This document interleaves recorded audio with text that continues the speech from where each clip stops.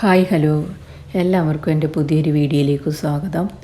ഇന്നത്തെ നമ്മുടെ വീഡിയോ എന്ന് പറയുന്നത് രാവിലത്തെ എൻ്റെ കുറച്ച് വിശേഷങ്ങളാണ്. കണ്ട് ഇഷ്ടപ്പെടുകയാണെന്നുണ്ടെങ്കിൽ സപ്പോർട്ട് ചെയ്യാനും അതുപോലെ തന്നെ അഭിപ്രായങ്ങൾ കമൻസായിട്ടും അറിയിക്കാനും ഒന്നും മറക്കല്ലേ. അപ്പോൾ നമുക്ക് വീഡിയോ കണ്ടിട്ട് വന്നാലോ.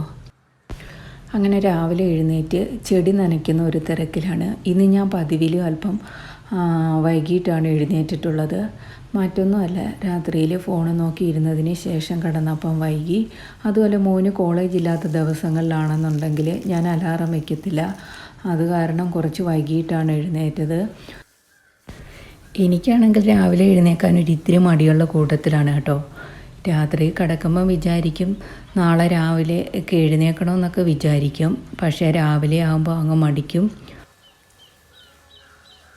മോനാണെങ്കിൽ അവനിപ്പം ഗ്രാജുവേഷനൊക്കെ കഴിഞ്ഞ് കോളേജ് അവധി ആയതുകൊണ്ട് ഇപ്പോൾ സ്ഥിരമായിട്ട് വൈകിട്ടാണ് എഴുന്നേൽക്കാറുള്ളത്.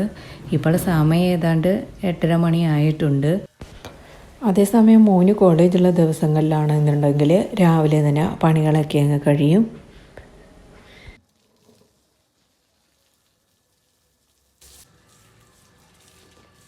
ഇത് ഞാൻ കുറച്ച് മുന്നേ എടുത്തൊരു വീഡിയോ ആണ്. ഞാനിപ്പോൾ വീഡിയോ അപ്ലോഡ് ചെയ്തിട്ട് കുറച്ച് ദിവസമായി. ചില പേഴ്സണൽ പ്രോബ്ലംസ് കാരണം എനിക്ക് കറക്റ്റായിട്ട് വീഡിയോ ഒന്നും അപ്ലോഡ് ചെയ്യാൻ കഴിഞ്ഞില്ല. അപ്പോൾ സമയം ഇത്രയും വൈകിയതുകൊണ്ട് ഞാൻ വിചാരിച്ച് രാവിലെ ചെടിയൊക്കെ നനച്ചതിന് ശേഷം അങ്ങ് കിച്ചണിലേക്ക് കയറാവുന്ന. കിച്ചണിലെ പണികളൊക്കെ തീർത്തതിന് ശേഷം ചെടി നനയ്ക്കാമെന്ന് വെച്ച് കഴിഞ്ഞാൽ പിന്നെ പുറത്ത് അവിടെ ചെടി നനയ്ക്കുന്നിടത്ത് പിന്നെ അവിടെ നിൽക്കാനൊക്കത്തില്ല, ഭയങ്കര വെയിലാണേ. അതുകൊണ്ട് ചെടി നനച്ചേച്ച് കിച്ചണിലേക്ക് കയറാമെന്ന് കരുതി.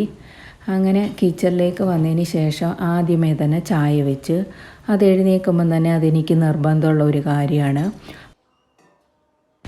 ഇവിടെ വേറെ ആരും ചായ കുടിക്കത്തില്ല. മോനും അവനും ഒന്നും ചായ കുടിക്കത്തില്ല. ഞാൻ മാത്രമേ ചായ കുടിക്കത്തുള്ളൂ. അതും പാൽ ചായയാണ് എനിക്ക് ഇഷ്ടം. കട്ടൻ ചായയോട് എനിക്ക് വലിയ താല്പര്യമില്ല. സാധാരണ അവധിയുള്ള ദിവസങ്ങളിലാണെന്നുണ്ടെങ്കിൽ രാവിലെ എഴുന്നേറ്റ് ചായയൊക്കെ വെച്ച് അതൊക്കെ പുറത്ത് പോയി ചെടികളെയൊക്കെ ഒന്ന് കണ്ട് അവരോടൊക്കെ ഒരു സ്വകാര്യമൊക്കെ പറഞ്ഞ് അങ്ങനെയൊക്കെ ചായ കുടിക്കാനാണ് എനിക്കിഷ്ടം. ഇന്നല്പം കൂടുതൽ വൈകിപ്പോയതുകൊണ്ട് അതിനൊന്നുള്ള സമയം കിട്ടിയില്ല.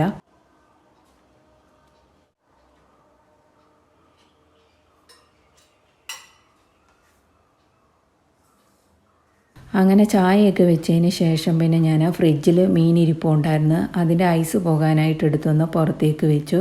അങ്ങനെ ബ്രേക്ക്ഫാസ്റ്റൊക്കെ കഴിഞ്ഞ് വരുമ്പോഴത്തേക്കിന് അതിൻ്റെ ഐസും പോയിട്ടുണ്ടാവുമല്ലോ. പിന്നെ നമുക്ക് പെട്ടെന്ന് തന്നെ അങ്ങ് കറിയാക്കാമല്ലോ. അങ്ങനെ ഞാൻ അതൊക്കെ ഒന്ന് ഐസ് പോകാനായിട്ട് എടുത്ത് ഫ്രിഡ്ജിൽ നിന്ന് വെളിയിലേക്ക് വെച്ചു.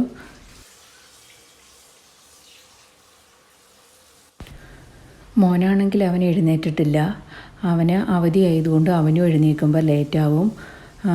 മോനിപ്പോൾ ഗ്രാജുവേഷൻ കഴിഞ്ഞ് ഇനി PGക്ക് ആ കോളേജിൽ തന്നെ അപ്ലൈ ചെയ്തിട്ടുണ്ട്. ആ കോളേജിൽ തന്നെ PGക്ക് വരണമെന്നാണ് അവന് ആഗ്രഹം. വേറെ അടുത്തും അപ്ലൈ ചെയ്തിട്ടുണ്ട്. എന്നാൽ അവിടെ കിട്ടുകയാണെന്നുണ്ടെങ്കിൽ അവിടെ പോകത്തുള്ളൂ. അവൻ്റെ ഫ്രണ്ട്സൊക്കെ അവിടെ അല്ലേ ഉള്ളത്. അതുകൊണ്ട് അവൻ അവിടെ പോകാനാണ് കൂടുതൽ ഇഷ്ടം.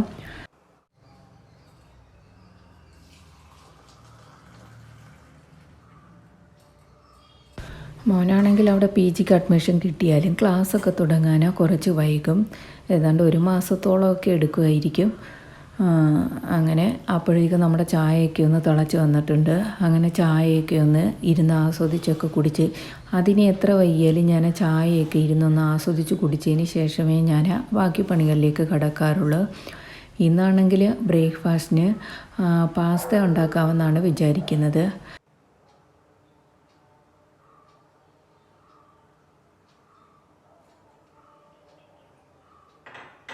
അങ്ങനെ പാസ്തയൊക്കെ ഒന്ന് വേവിക്കാൻ വെച്ചു.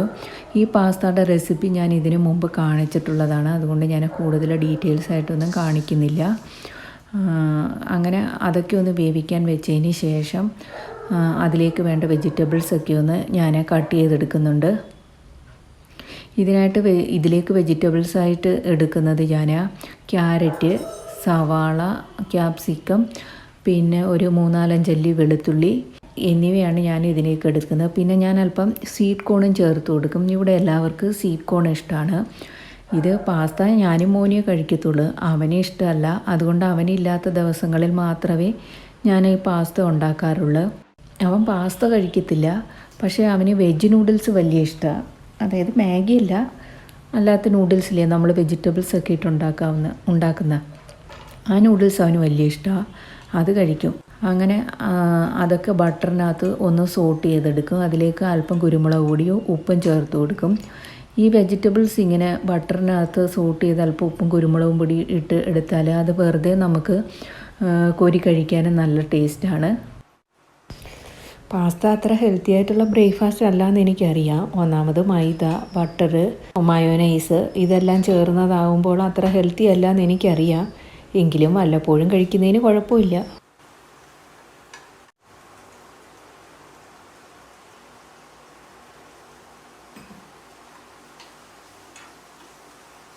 അങ്ങനെ വെജിറ്റബിൾസൊക്കെ ഒന്ന് സോട്ട് ചെയ്ത് മാറ്റി വെച്ചതിന് ശേഷം പിന്നെ അതിലേക്ക് വേണ്ട വൈറ്റ് സോസും പെട്ടെന്ന് തന്നെ ഞാനങ്ങ് റെഡിയാക്കി.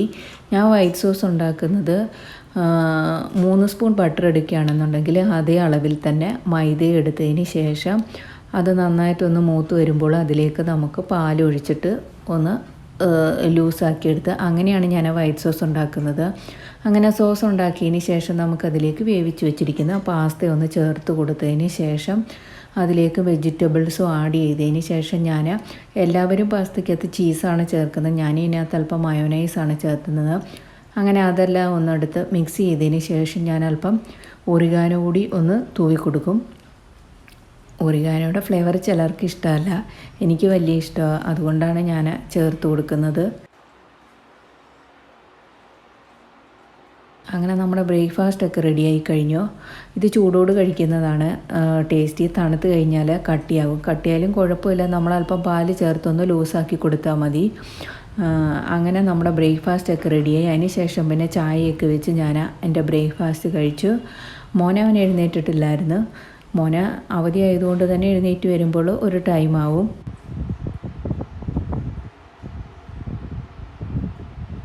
അങ്ങനെ ബ്രേക്ക്ഫാസ്റ്റൊക്കെ കഴിച്ചതിന് ശേഷം പിന്നെ ചോറിനുള്ള അരിയൊക്കെ അങ്ങ് അടുപ്പത്തേക്ക് വെച്ചു. ഞാൻ കുക്കറിലാണ് ചോറ് വെക്കുന്നത്.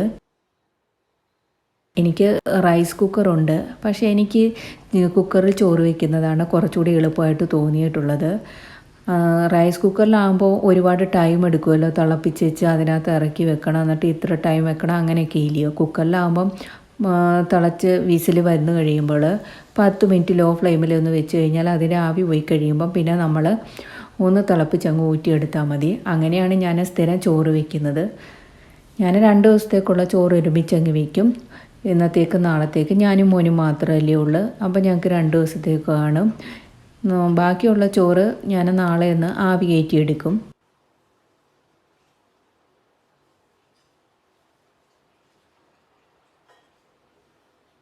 അരിയൊക്കെ അടുപ്പത്തേന് വെച്ചതിന് ശേഷമാണ് ഞാൻ ബ്രേക്ക്ഫാസ്റ്റ് കഴിച്ച പാത്രങ്ങളൊക്കെ ഒന്ന് കഴുകിയത്. അതിനുശേഷം മീൻകറിക്ക് വേണ്ട കൊച്ചുള്ളിയും ഇഞ്ചി വെളുത്തുള്ളി ഇതൊക്കെ ഒന്ന് പൊളിച്ചെടുക്കുന്നുണ്ട്. സാധാരണ കൊച്ചുള്ളി ഞാൻ എപ്പോഴും പൊളിച്ച് വെക്കുന്നതാണ്, പക്ഷേ ഇന്ന് പൊളിച്ചതില്ലായിരുന്നു. അങ്ങനെ അതൊക്കെ ഒന്ന് പൊളിച്ചെടുക്കുന്നുണ്ട്. അതിനുശേഷം പോയി ഇത്തിരി കറിവേപ്പില കൂടി പൊട്ടിച്ചുകൊണ്ട് വന്ന് ഇന്ന് നമുക്ക് കറി വെക്കാനുള്ളത് കേരമീനാണ്. അത് കട്ട് ചെയ്താണ് മേടിച്ചിട്ടുള്ളത്. മറ്റേത് കുറച്ച് നത്തോലി ഉണ്ടായിരുന്നു, അത് ക്ലീൻ ചെയ്തതല്ലായിരുന്നു.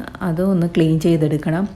അപ്പോഴേക്ക് നമ്മുടെ ചോറും വെന്ത് വന്നിട്ടുണ്ടായിരുന്നു, അതൊക്കെ ഒന്ന് ഊറ്റിയെടുക്കുന്നുണ്ട്.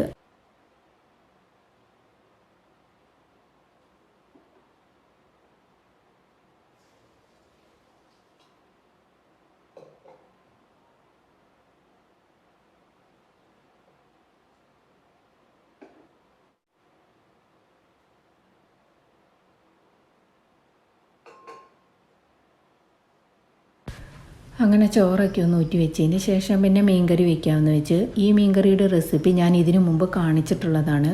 ഞാൻ 2 രീതിയിൽ മുളകിട്ട് മീൻകറി വയ്ക്കാറുണ്ട്, ഇഞ്ചിയും വെളുത്തുള്ളിയും ചേർത്തും ചേർക്കാതെയും. ഇവിടെ എല്ലാവർക്കും കൂടുതൽ ഇഷ്ടം ഇഞ്ചിയും വെളുത്തുള്ളിയും ചേർക്കാതെ വയ്ക്കുന്ന മുളകിട്ട മീൻകറിയാണ്. അതാണ് ഇവിടെ എല്ലാവർക്കും കൂടുതൽ പ്രിയം. അതെൻ്റെ അമ്മയുടെ റെസിപ്പിയാണ്. അമ്മമാർ അത് എന്തുണ്ടാക്കിയാലും അതിനൊരു പ്രത്യേക ടേസ്റ്റാണല്ലോ. അവരൊരു മുളക് ഉടച്ച് തന്നാലും അതിനൊരു പ്രത്യേക ടേസ്റ്റ് ഉണ്ടാവും. നമ്മളിനി അത് എത്രയൊക്കെ എങ്ങനെയൊക്കെ വെച്ചാലും ആ ഒരു ടേസ്റ്റ് വരികയില്ല താനും. അങ്ങനെ ഇഞ്ചി വെളുത്തുള്ളിയൊക്കെ ഒന്ന് മൂത്ത് വരുമ്പോൾ നമുക്കതിലേക്ക് അരപ്പ് ചേർത്ത് കൊടുക്കാം.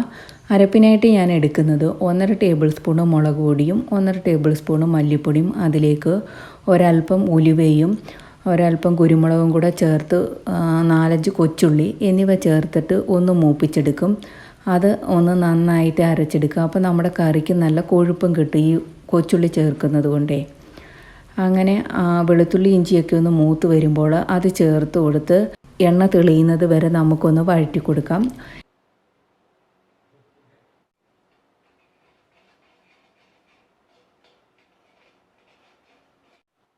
അങ്ങനെ മസാലയൊക്കെ ഒന്ന് മൂത്ത് എണ്ണയൊക്കെ തെളിഞ്ഞ് വരുന്ന സമയം കൊണ്ട് ഞാൻ നത്തോലിയൊക്കെ ഒന്ന് ക്ലീൻ ചെയ്തെടുക്കുന്നുണ്ട്.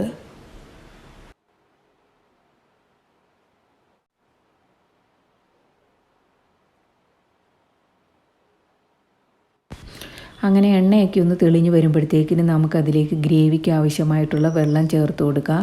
അങ്ങനെ വെള്ളവും ചേർത്തൊന്ന് തിളച്ച് വരുമ്പോൾ അതിലേക്ക് നമുക്ക് ആവശ്യത്തിന് ഉപ്പും കുടംപുളിയും ചേർത്ത് കൊടുക്കാം.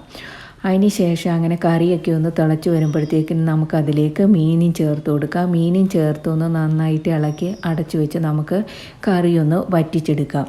അങ്ങനെ വറ്റി വരുമ്പോൾ നമുക്കതിന് മുകളിലായിട്ട് ഒരു 2 കറിവേപ്പില കൂടി തൂവി കൊടുക്കുക. അങ്ങനെ നമ്മുടെ ടേസ്റ്റി ആയിട്ടുള്ള മീൻകറി ഇവിടെ റെഡിയായി കഴിഞ്ഞു. മീൻകറിയിൽ മഞ്ഞൾപ്പൊടി ചേർക്കുന്ന കാര്യം ഞാൻ പറയാൻ വിട്ടുപോയിട്ടുണ്ട്. മസാല തയ്യാറാക്കുമ്പോൾ മീൻകറിക്ക് വേണ്ട മസാല തയ്യാറാക്കുമ്പോൾ അതിലേക്ക് 1/4 ടീസ്പൂണ് മഞ്ഞൾപ്പൊടി കൂടി ചേർക്കാൻ വിട്ടുപോകരുത്. അതിനുശേഷം പിന്നെ നത്തോലി ഒന്ന് വറുക്കാനായിട്ട് മസാല പുരട്ടിയെടുക്കുന്നുണ്ട്. മസാലയ്ക്കായിട്ട് ഞാൻ എടുക്കുന്നത് മുളക് പൊടി, മഞ്ഞൾപ്പൊടി, ആവശ്യത്തിന് ഉപ്പ്, ഒരു 1/2 ടീസ്പൂണ് ഇഞ്ചി വെളുത്തുള്ളി പേസ്റ്റ് എന്നിവ ചേർത്ത് ആവശ്യത്തിന് വെള്ളവും ചേർത്തിട്ടൊന്ന് നന്നായിട്ട് മിക്സ് ചെയ്തെടുക്കുക. അതിലേക്ക് മീനും ചേർത്തിട്ട് ഒന്ന് നന്നായിട്ട് മിക്സ് ചെയ്ത് 1/2 മണിക്കൂർ വെച്ചതിന് ശേഷം നമുക്കത് ഫ്രൈ ചെയ്തെടുക്കാം.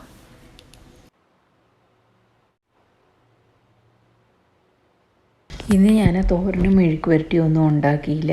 കാരണം ഇന്ന് ലേറ്റായിട്ടല്ലേ എഴുന്നേറ്റ്. അതുമല്ല ഇതുമെല്ലാം ചെയ്തു വന്നപ്പോഴത്തേക്കിന് സമയം ഒരുപാട് വൈകി. അതുകൊണ്ട് ഞാനിന്ന് തോരനും മെഴുക്ക് പുരട്ടിയൊന്നും ഉണ്ടാക്കുന്നില്ല. അല്ലെങ്കിൽ എന്തെങ്കിലും തോരനോ മെഴുക്ക് പുരട്ടിയോ ഇതിൻ്റെ കൂട്ടത്തിൽ കാണുന്നതാണ്. അതുമല്ല മോനാണെങ്കിൽ മീൻ വറുത്തതും മീൻ കറിയും പിന്നെ മോരും ഉണ്ടെന്നുണ്ടെങ്കിൽ അവന് പിന്നെ വേറെ ഒന്നും വേണ്ട. അതുകൊണ്ട് പിന്നെ എനിക്കായിട്ട് വേണ്ടി എന്തോ ഉണ്ടാക്കുന്നതെന്ന് വിചാരിച്ച് പിന്നെ ഞാനും ഉണ്ടാക്കിയില്ല. അതിന് ശേഷം പിന്നെ നമ്മൾ മീനൊക്കെ ഒന്ന് വറുത്തെടുക്കുന്നുണ്ട്. ഇവിടെ അതായത് നത്തോലി വറുത്തത് ഇവിടെ എല്ലാവർക്കും വലിയ ഇഷ്ടമാണ്. നല്ല മുരുമുരാന്ന് വറുത്തിങ്ങനെ വെറുതെ കഴിക്കാനും നല്ല ടേസ്റ്റിയാണ്.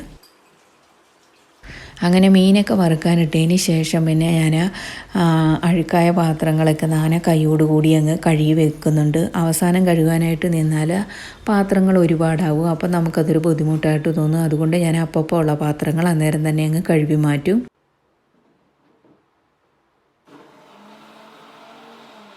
അങ്ങനെ അതൊക്കെ ഒന്ന് കഴുകി മാറ്റിയതിന് ശേഷം പിന്നെ ഞാൻ പച്ചമോര് കൂടി ഉണ്ടാക്കുന്നുണ്ട്. ഇവിടെ എല്ലാവർക്കും പച്ചമോര് വലിയ ഇഷ്ടമാണ്. കാച്ചിയ മോരിനേക്കാൾ ഇവിടെ എല്ലാവർക്കും കൂടുതൽ ഇഷ്ടം പച്ചമോരാണ്. ചില സ്ഥലങ്ങളിലേക്ക് ഇങ്ങനെ പറയുന്നത് കേൾക്കാം, ഈ മുളക് കറിയുടെ കൂട്ടത്തിൽ മോര് കൂട്ടിക്കൂടാന്നൊക്കെ. പക്ഷേ ഇവിടെ എന്തോ മുളക് കറി ഉണ്ടെങ്കിൽ എല്ലാവർക്കും പച്ചമോര് അല്ലെങ്കിൽ കാച്ചിയ മോര് ഇത് മസ്റ്റാണ്. അങ്ങനെ തൈരൊക്കെ ഒന്ന് അടിച്ചെടുത്തതിന് ശേഷം അതിലേക്ക് വേണ്ട ഉള്ളി, പച്ചമുളക്, ഇഞ്ചി, കറിവേപ്പില എന്നിവ ചേർത്ത് കൊടുക്കുന്നുണ്ട്. ഇവിടെ എല്ലാവർക്കും പച്ചമോര് വെറുതെ കുടിക്കാനും വലിയ ഇഷ്ടമാണ്. അപ്പം കറിക്ക് കൂട്ടി കഴിഞ്ഞിട്ട് ബാക്കി ഉണ്ടെന്നുണ്ടെങ്കിൽ അത് അവരച്ഛനും മോനും ആണെന്നുണ്ടെങ്കിൽ അതങ്ങ് കുടിക്കും.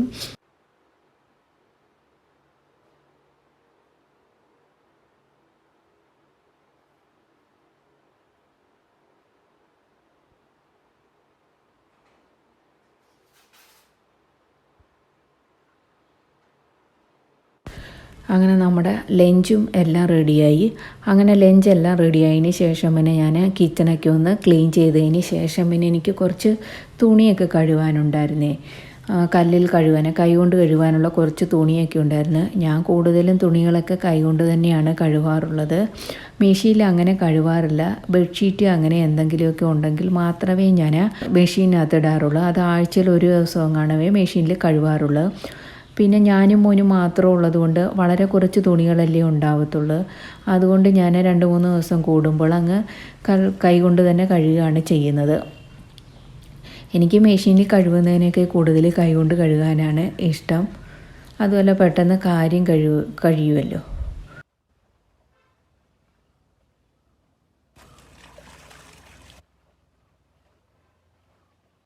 ഞാനെപ്പോഴും എൻ്റെ കിച്ചണിലെ പണികളെല്ലാം കഴിഞ്ഞതിന് ശേഷം മാത്രമേ തുണിയൊക്കെ കഴുകാനായിട്ട് നിൽക്കത്തുള്ളൂ. അപ്പോൾ തുണിയും കഴുകിയിട്ട് നമുക്കങ്ങ് കുളിച്ച് ഫ്രഷ് ആവാമല്ലോ. അതുകൊണ്ട് അതുമല്ല, ആ തുണി കഴുകുന്ന കല്ലിൻ്റെ അവിടെ രാവിലെ ആയിക്കഴിഞ്ഞാൽ ഭയങ്കര വെയിലാണ്. അപ്പോൾ നമ്മുടെ പണികളൊക്കെ കഴിഞ്ഞ് വരുമ്പോഴത്തേക്കിന് കല്ലിൻ്റെ അവിടെ വെയിലും കുറയും. അപ്പം നമുക്ക് തുണിയും കഴുകി വെച്ചങ്ങ് കുളിക്കാമല്ലോ. അതുകൊണ്ട് ഞാൻ ലാസ്റ്റിൽ തുണി കഴുകാൻ നിൽക്കാറുള്ളൂ.